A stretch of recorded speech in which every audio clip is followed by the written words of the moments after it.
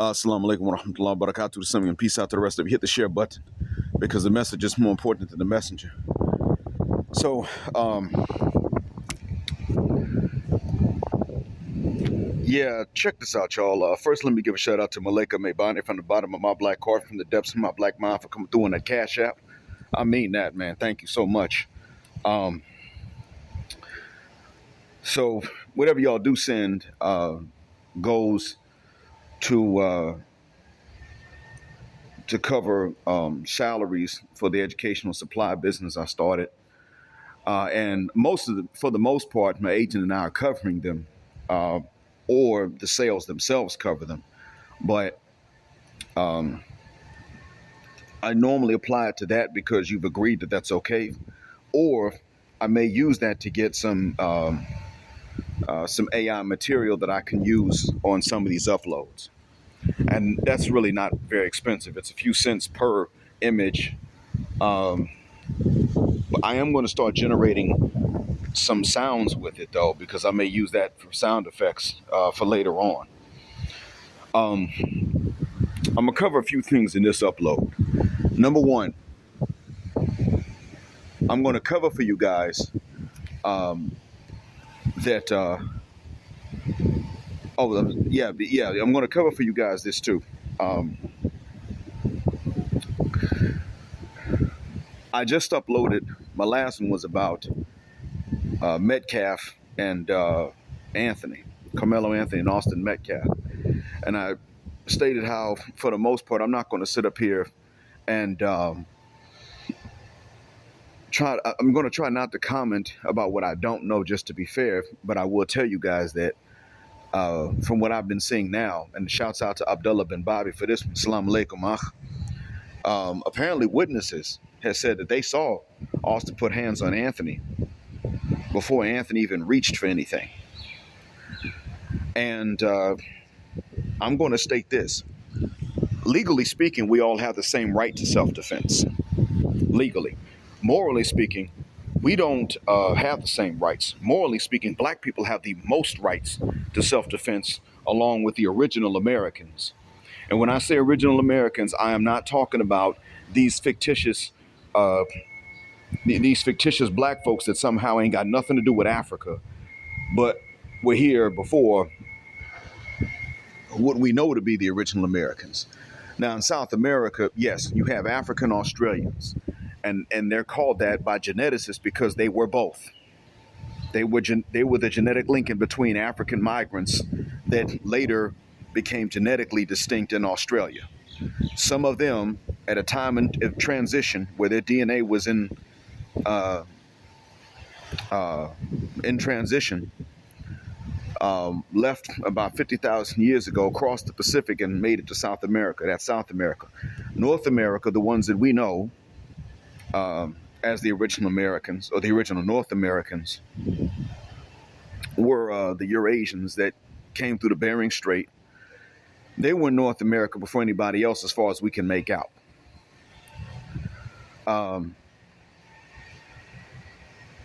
Some are going to say, no, the Denisovans were. Well, I don't know if the Denisovans were first. I do know that the Denisovans apparently were not there at the time that the Eurasians we now call Native Americans made it. So I'm talking about the original Americans in North America as we know them. I'm not talking about these fictitious black folks. Those are the two, though, that have the most right to self-defense, morally speaking, in America. I know that does not hold up in court, but equal rights to self-defense does. My position right now at this point, unless a pretty much left-wing Negro states otherwise, is that Metcalf provoked this. I don't think he should have died, but he did provoke, in fact, the stabbing. And I don't think that Austin Metcalf provoked it, but I don't think was trying to provoke death. And I don't think either that Carmelo Anthony was trying to kill him. He stabbed him. He later asked if the guy was going to be all right. He didn't even know until the police notified him that Austin Metcalf was dead. My position is that Austin Metcalf was trying to be this white hero no matter whether or not he was thinking about race. It doesn't matter. But chances are he was. Chances are he at least had race on his mind, even if he didn't have racial hatred. And that's the thing about it. You don't have to hate black folks to have race on your mind. You just have to grow up in the West or grow up in a society in which race is important. And America is probably the most race obsessed society because it's not because it's the only one with white supremacist ideas, but it is because that is a society in which white supremacist ideas get the most pushback from us. It has to be. In Europe, the Europeans are on their own land. And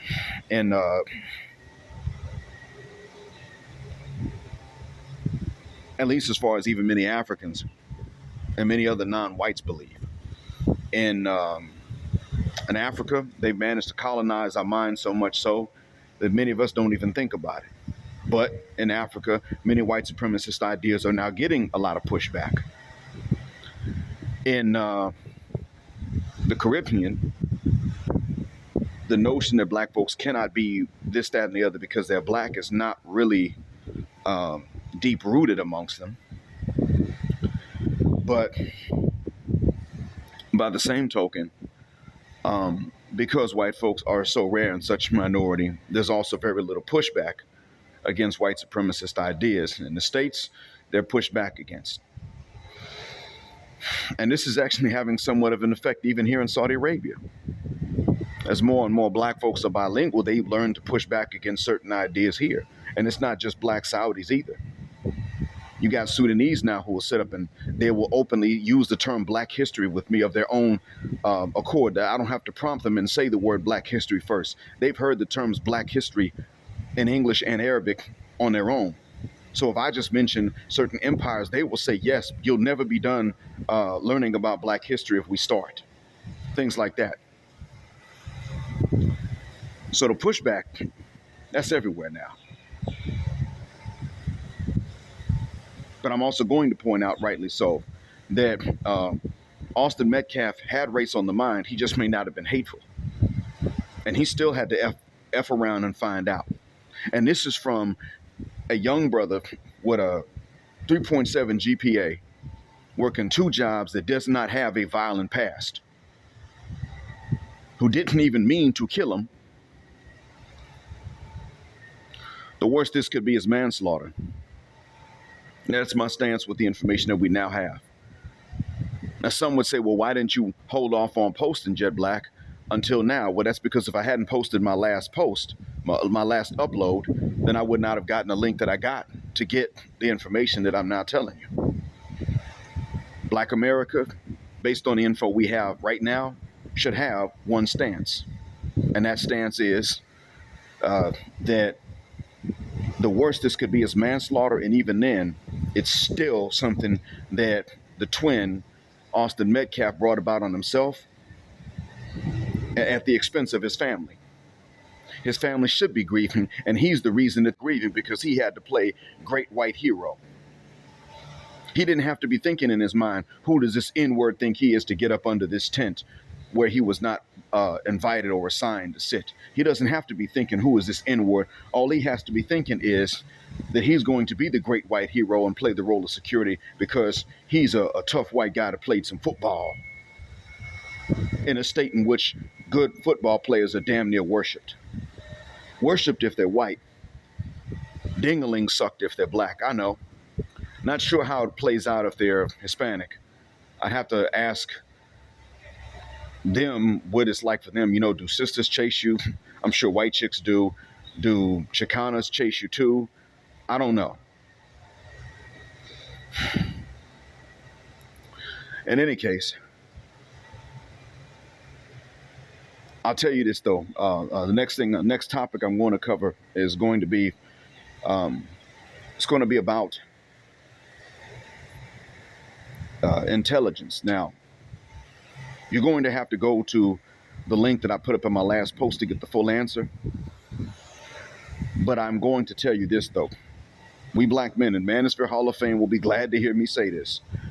We black men have been the reason that black women have thought for a while that they're smarter than us. That's as much as I'm going to say about that. You want more explanation? Pay the fee and subscribe to my Jet Black Air Lounge, and you'll get more. Right now, you could even pay the business class fee, which is $5 a month. If I don't see enough that get that, then I'm going to make it available only to the first class flyers. So the only ones who will be able to see it were those who already subscribed at any level, and then those who later on subscribed at the first class because they paid for more. But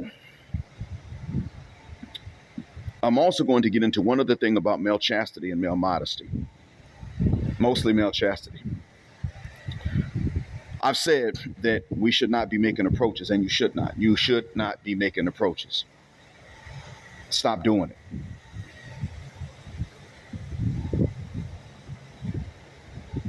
And a lot of you did quit, and that's good. These ladies are still complaining. And I want to give a shout out to my commentator that mentioned this. I pinned his comment, actually. You know who you are. If you were going to sit and look at some ladies, that still sends them the wrong message. Now, you're going to see people in general. You will see the ugly, the gorgeous, and everyone in between. You will see them because they're around and in your line of sight. That's seeing. Looking and staring is altogether different. Don't do that. Do not, because in all honesty, that's going to send them the wrong message. If they stare at you, don't stare back unless it's in a challenging way. As a matter of fact, if they stare at you, you might step back directly into their eyes like you're challenging them, and then give them a light head shake, something only they would see because they're looking at you. Just give a head shake, and then look back at your book. And I've had this happen. I've been stared at, even here. Sometimes they're probably teenagers, and they're looking from their face veils, looking from behind. I've had them walk in front of me and bat their eyelids as a signal. I'm not falling for that either. Usually, I'm sure they're teenagers anyway, and I'm not interested, as you guys know. I'm a milfophile. I do not appreciate neoteny in ladies, and it's probably genetic. It's okay to have a youthful appearance, but to actually be that young, no, not for me at least. And this is another thing we have to understand. I've already talked about the double standard of maturity/immaturity that we men have allowed. We've allowed these women to be behaviorally neonatinous, which means childish. Neoteny is oftentimes used to mean appearing as a baby, appearing young, or a baby-like even, a childlike appearance. And that's just an appearance. But behavioral neoteny is not something that any adult can tolerate in a mate. And you as a man are not required to be more mature for your age than that woman is for her age. You're not required to be. That's just something they've been going around demanding, and we've stupidly fallen for it. Oh, yeah, it's our job to sit around here and be more mature for our age than they have to be for their age. Yeah, they can be in their 30s with pantyhose with panties that have cartoon characters on them, and My Little Pony and stuffed animals and all this other stuff, and they can giggle about dumb stuff, and they can look at a field in the springtime, a meadow in the spring, and say, oh, I just want to run and play in it. They can do dumb stuff like that, and we're just like, yeah, stupid. We're ignorant for that. And we didn't really think much about it because we didn't realize that these broads were testing, that everything they do and say is a test, and that every answer you give is a failing answer. We didn't realize that, but we're going to have to now start looking at these broads when they say dumb stuff like this. There was some movie, and I cannot remember the name of it, but in the movie, there was a character named Wolf who would clean up bodies. He would dispose of bodies. And if any of these assassins for whom he would dispose of bodies would express that they were tired or fatigued from that life of assassinations, he would do away with them. And so one lady one day said, man, I'm getting too old for this stuff. She was a lady assassin, femme fatale. And he looked at her out the side, and later on, they got into a fight. When they start saying this immature, childish stuff, you got to start looking like that and start planning an escape. I'm not saying you got to plan to knock them off, but you got to start looking and planning your escape at that point. And that's it.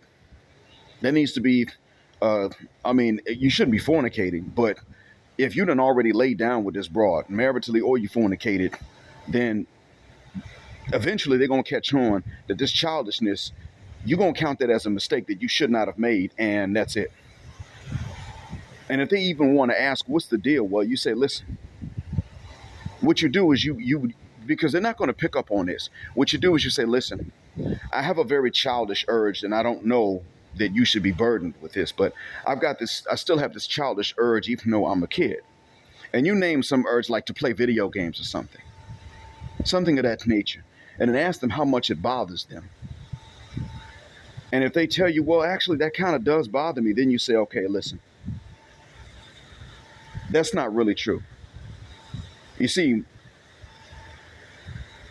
I'm not really that childish, but you said something that was that childish. Now, you just stated that if I said something childish, it would be a problem. But in reality, it was you that said it. You said something that was really childish this day, or you've done these childish things and I found out about them. And just like it's a problem if I do it, it's one when you do it. And they start with this, hold up, you a man. You say, yeah, and you're a woman, not a little girl, a woman.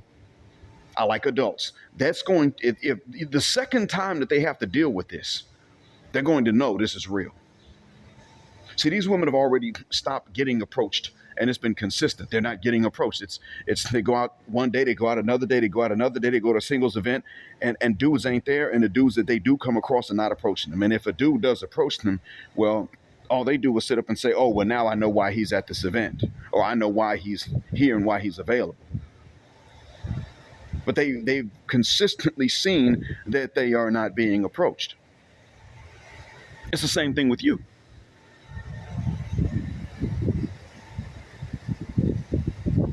And you telling them that this is childish and immature.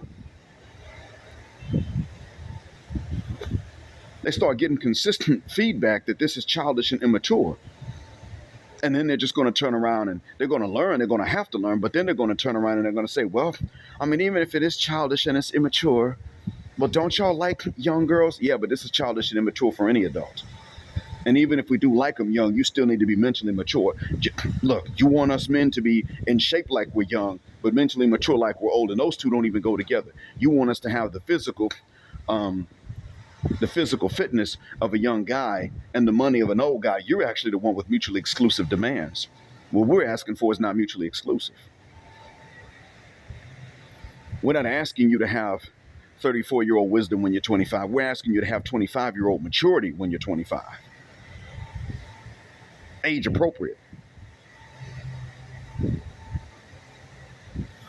You're coming in acting in ways that a 15-year-old shouldn't act. A 15-year-old girl is not supposed to have a bunch of stuffed animals and panties with cartoon characters on them. You're going to show me your little Hello Kitty phone case and think that's cute. No, the hell it's not. That's not cute to me.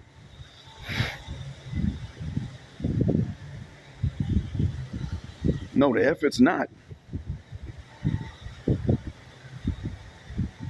You'd be better off showing me the multivitamins you take. At least I get it. So, yeah, the staring is going to have to stop too. That's going to have to be over. And you're going to have to see yourself as childish if you stare, not if you see them, not even if you notice and they look good. And some of you say, well, wait a minute. How do you go that far? Well, here's how you do it. I want to tell you this. All of us at some point have had experience talking to somebody with just nasty breath and probably nasty armpits too. We've all experienced somebody like that. Some days we've been that person if we've had to fast for whatever reason, or if we've had to, you start your day and don't eat any breakfast, or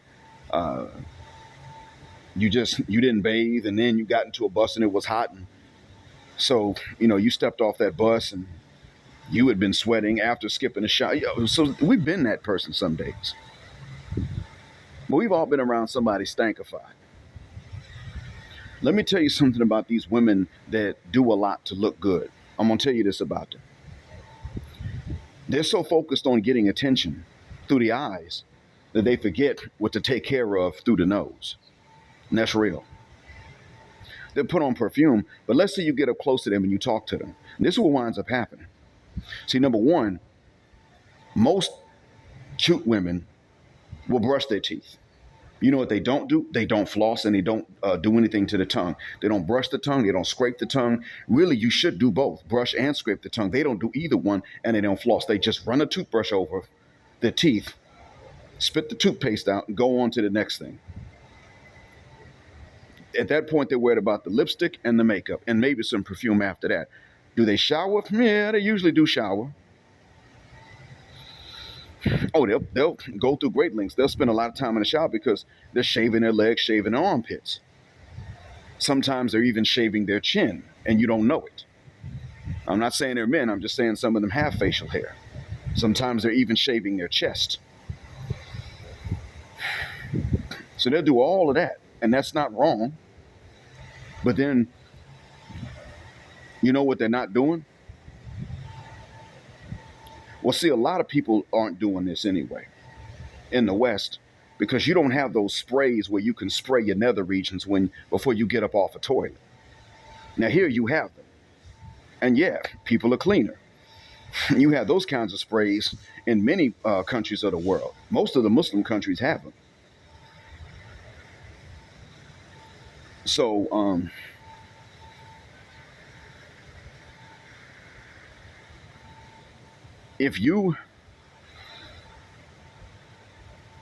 Philippines have them.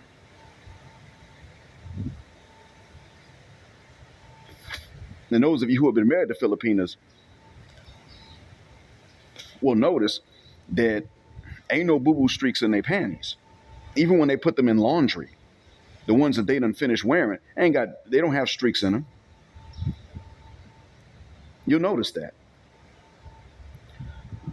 Well, something similar is the case in many of the countries over here. Where you are and those women are trying to get attention, that's not the case. They don't really know how to properly wipe because ain't nobody set up and said, dang, B-word, you stank. People so busy staring. And if there's somebody they want to smash, those dudes are like, okay, well, I don't have to do much. I get to smash this. She looks good. I get to smash. So they ain't going to tell these broads. They don't even have to commit. They're not going to tell these women, listen, you need to. And even if they're committed, they don't tell these women that. I mean, even where I live right now, guys will tell you, if your breath stinks, she going to tell you. But if her stinks, you better not say nothing. Guys over here have told me that. They said this to me over here, and I'm like, no, that's not going to work. That is not going to be the case. They will say things like, no, what you do is you just take out some gum and you chew it, and then you let her have some. Yeah, okay, that's nice too. But what I'm not going to do is sit up here and tolerate that they can give me some kind of feedback, which may be helpful, but I can't give them the same one, which they may need as well.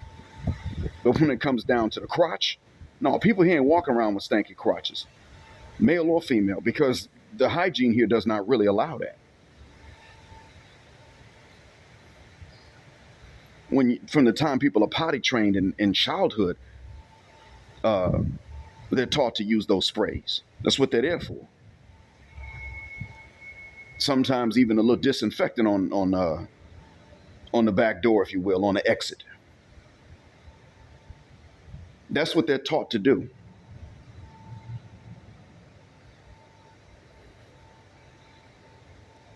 And those sprays have some high pressure.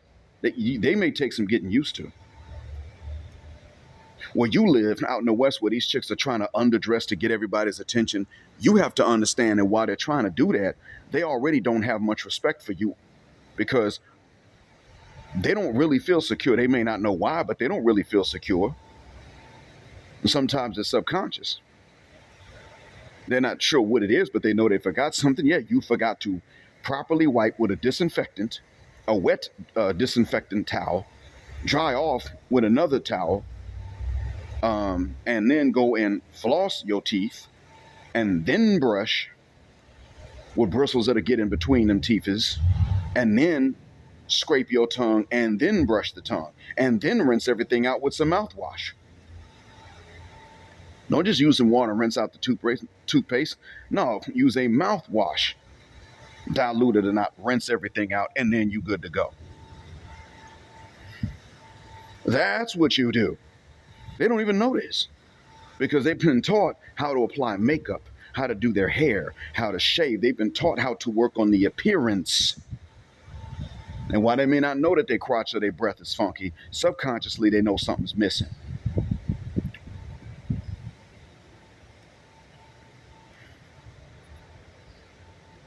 If you stay aware of that, then when you see them and you know that there's a part of them that's going to be stankified, then you don't even feel like staring no more. And that's important, gentlemen. Got to keep that in mind. Stop making these mistakes of thinking that, well, she looked good and man, what I could do. No, don't start thinking about what you could do with that. She already got attitude. Something's wrong with her if she's trying to get that kind of attention in public from men she doesn't want. You already know she wants your attention and doesn't want you. If you stare, you're still satisfying that part of the ego. You have to realize that your glance is expensive. It's not just your vocal attention. It is your retention, and that includes your visual attention, your glance. That's too expensive. Do they stare at you and you can see them doing it? Rarely. Do they do that when they look as good or when they look good enough for you to stare at them? No, that's when you know they will not stare at you. They wouldn't be caught dead staring at you. Some of you guys might be the rare ones they would do that to, but for the most part, they would not. And that's because they consider any kind of validation of you to be very expensive from them. You have to understand that it is the same thing. You are not of a lesser value than these broads, even sexually. Even if you are a minute man and they need 20 minutes to get theirs off, so what? You're not less valuable than them. And so if you're not less valuable than them in the bed, even if you are a minute man, because there's a reason for that, then that means that your glance is not less valuable than theirs. They would not stare at you when they look good. When they so-called bask in male attention, they're not giving it back. They're just basking in getting it. And you have to keep that stuff in mind. And this is part of why it is that I tell you guys about these two extremes. See, Shahid Bolson rightly said that these men and women are very important to each other. Even in these red pill spaces, the women are trying to get access to the men, and the men are trying to figure the women out to get access to them. And he's partially right, except for one thing. We're trying to get access to the women's minds and the bodies. They're trying to get access to the wallet and the mind. That's where the difference comes in. There are many more of them trying to use us financially than there are men trying to use them sexually. We don't even think that's normally going to work in a lot of cases. We don't think that's something that can happen. They're on guard. They're trying to use us financially, and that's because that's something that many of them have been able to do. Even if we don't have a lot, they'll sit up and say, well, I use him for what he can afford, and I use the other guy for what he can afford. So they splitting in plates while dudes are waiting for the next chance.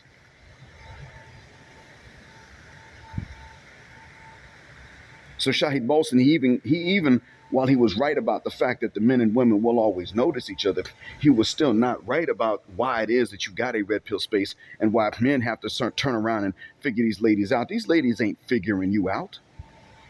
They're only trying to figure out how to get the guys that got money because those guys have a bunch of options and other women. That for them, that's self-improvement. Doesn't matter how few guys on this planet are rich. How to share a rich guy with a bunch of other women is self-improvement to them. For you, it's deeper. He didn't pay attention to that part.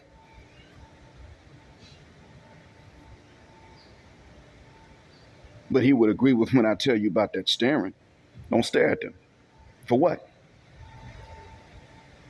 They may be nice to look at, but you have to understand that the ones that went through the trouble to get nice enough to stare at are already insecure. They're looking for, again, attention, not you. And what does that attention translate to them? Well, ego in real life, that's actually pretty important to them, as well as your resources, for which they will no longer have to labor and work on their own. That's what it translates into for them. You, on the other hand, are sitting up there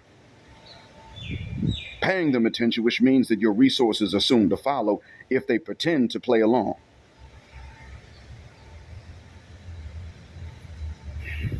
Cut that out. Don't even stare. You'll see them, you'll notice them, but don't stare. These ladies will sit up and tell you, some of them will say, I don't stare at no man. Now, if I see a man and I like the way he looks, I'll see him and then I'll remember everything. But I'm not going to stare at him. They'll sit up and say this sometimes. They're usually telling each other this, but they'll say this. You know how when you start to ask these chicks tough questions, the way they speak becomes unsure and unconfident. What do you bring? The only thing they can say with any confidence, saying it with their chest, is they don't bring nothing. Oh, they say that with confidence or with their chest, and they're usually saying they shouldn't have to. But if you ask them what do they bring, and they try to answer that question, then they don't really speak with confidence. And if they speak or they answer at all, they start naming all of these intangible things for which you must bring, things that are not only tangible, but you must bring to them in abundance while these things are naturally rare. And we're dumb enough to think that's okay.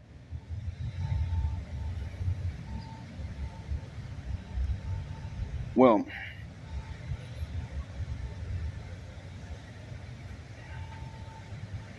you start asking them, start paying attention to how they speak about what topics, and even the ones who consistently rage bait, like Minnie F. Baby, from whom 3 of my confessions come, although it took me a while to realize this was the same broad.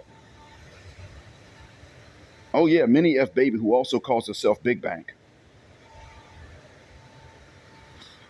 who likes women too, by the way, and does not demand that the women pay the way she demands men pay. That's the other thing. So she clearly likes women more. Well, Minnie F. Baby sits up and she's a baby in her nickname until she starts talking about money. Then there's Big Bank. She sits up and says, as a man. Now all of a sudden, when she starts talking about as a man, and she then follows it up with some kind of requirement that's not even realistic and sensible, she says it with confidence. She can double down on that. She can clap her hands and everything else. Oh, now she's sure of herself. So she's sure of herself when she's talking about what you better not have to ever face, or what you better make sure she never faces, even though God does not guarantee an immunity from these things to anybody, and demonstrates that the righteous will have less of an immunity from these things. Oh, now she's confident in herself. Ask her, okay, well now, why should you be immune to ever experiencing these things? Well, I mean, it's like, and then she can't talk confidently until she goes right back into what men should be able to guarantee. So she'll sit up pretty much and tell you that men should be able to guarantee an immunity from God's decree. Oh, now she can speak confidently. How stupid is that? She's just one example. Many of them are like that. So if you sit up here and you stare at someone that damn stupid, you're still sending the wrong message.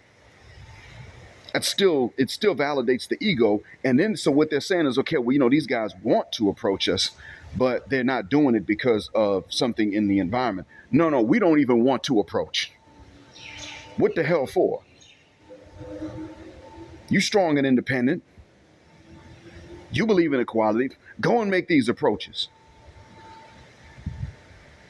Watch them sweat. Don't even have to worry about sweating. What man's going to sit up and file an accusation, false claim against them for asking his number one time? Man would feel stupid for doing that.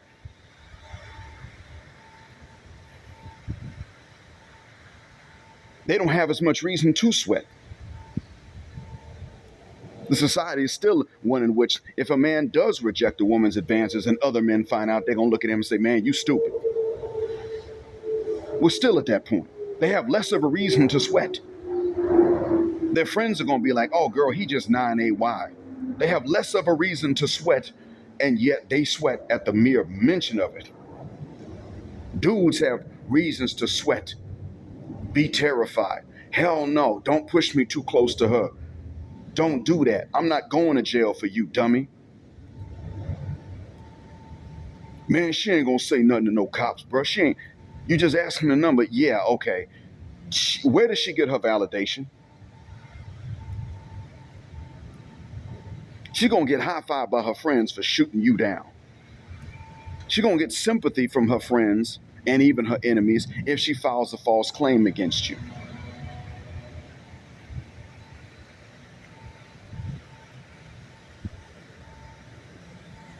Why shouldn't you sweat?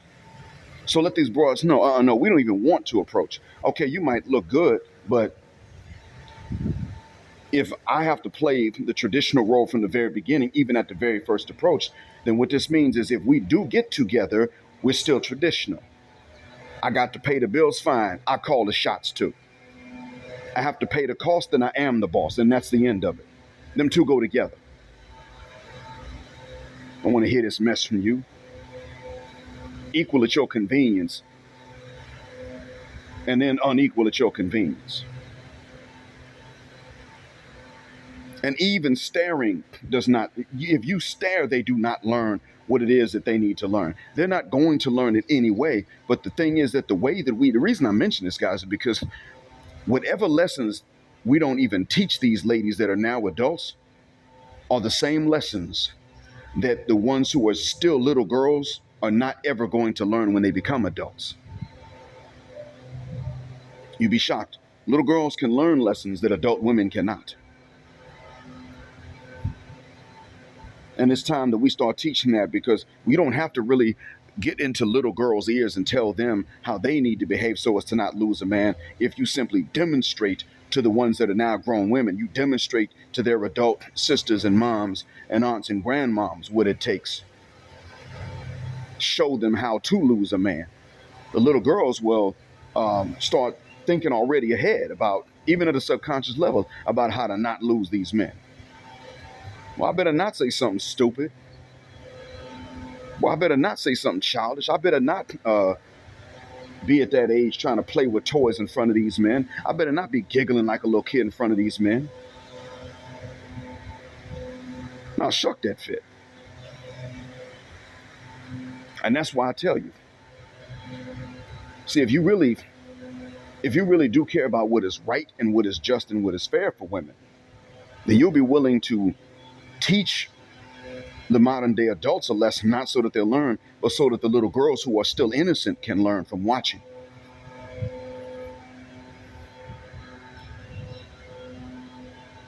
You be doing them a favor. Even if it's at the expense of their aunt, their older sister, their big cousin, their grandma, their mama. Their celebrity idol. Even then. You got to be able to look at Nicki Minaj after all that makeup and everything else and just be like, no, it's all right. For one, I know what you look like coming out the shower without the makeup. Simple. When I see you with the makeup, I can subtract that mentally. Nope, it's okay. You bought them body parts. Nope, it's all right. I'll pass. I'm not even going to stare.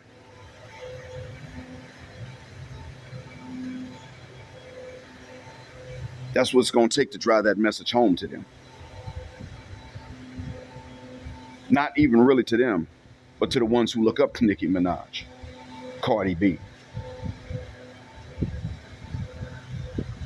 If you can do this even to them, don't stare. Don't video record Taraji P. Henson when she's walking. Don't even be looking at her that long. Even if you're outside of a hotel somewhere and she comes walking out, you just happen to see, oh, hey, Miss Henson. You play the hell out of that role in whatever movie. And then keep on going. And don't even use their first name. Just Mrs. Minaj, Mrs. Henson. I don't even know what Cardi B's last name is. Mrs. B, hell. Even that. And that's if you're going to play. That's if you're going to pay a compliment to somebody like Nicki Minaj or Cardi B. I don't even, hell, I don't even think you should say two words to them if you see them. If you happen to, you outside, you're in the lobby of a hotel and they walk by, you're in an elevator and they walk in the elevator, just look at your phone like you ain't even realize it was them.